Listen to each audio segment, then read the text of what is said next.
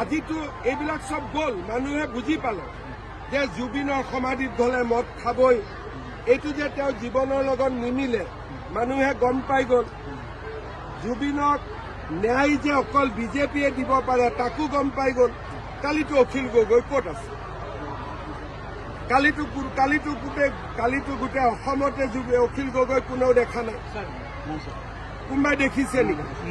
তেওঁ মুম্বাইত গৈ শাৰদ পাৱাৰক লগ কৰি আছে অখিল গগৈ। কিন্তু মইতো লণ্ডনৰ পৰা হলেও জুবিনৰ জন্মদিনত আহিছো, কষ্ট কৰি হলেও।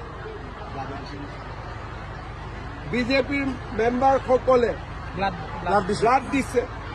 আজি এইবোৰ ক'ত গ'ল? জাষ্টিছ ফৰ জুবিন বুলি অসমত যিসকলে চিঞৰ বাখৰ কৰি আছিল, যোৱাকালি দিনটো তেওঁলোকে কি কৰিলে? একাংশ জেনুইন মানুহখিনি কালি ব্লাড দিছে, কোনোবাই নাহৰ ফুল ৰুইছে, কোনোবাই বেলেগ বেলেগ কাম কৰিছে। কিন্তু যিবিলাকে অসমখন নেপাল বনাবৰ কাৰণে জুবিন অনুৰাগী হৈছিল, সেইবোৰতো নোহোৱা হৈ গ'ল। কাৰণ ইহঁতি গম পালে যে মই থাকালৈকে নেপাল নহ'ব বুলি। এইবিলাকতো ষড়যন্ত্ৰ আছিলে।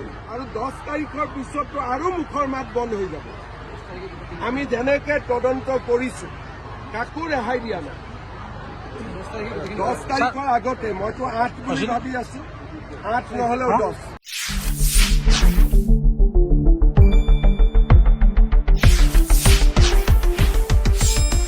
শুদ্ধ আৰু বিস্তৃত বাতৰিৰ বাবে চাই থাকক নিউজ ডেস্ক ৰিপৰ্ট।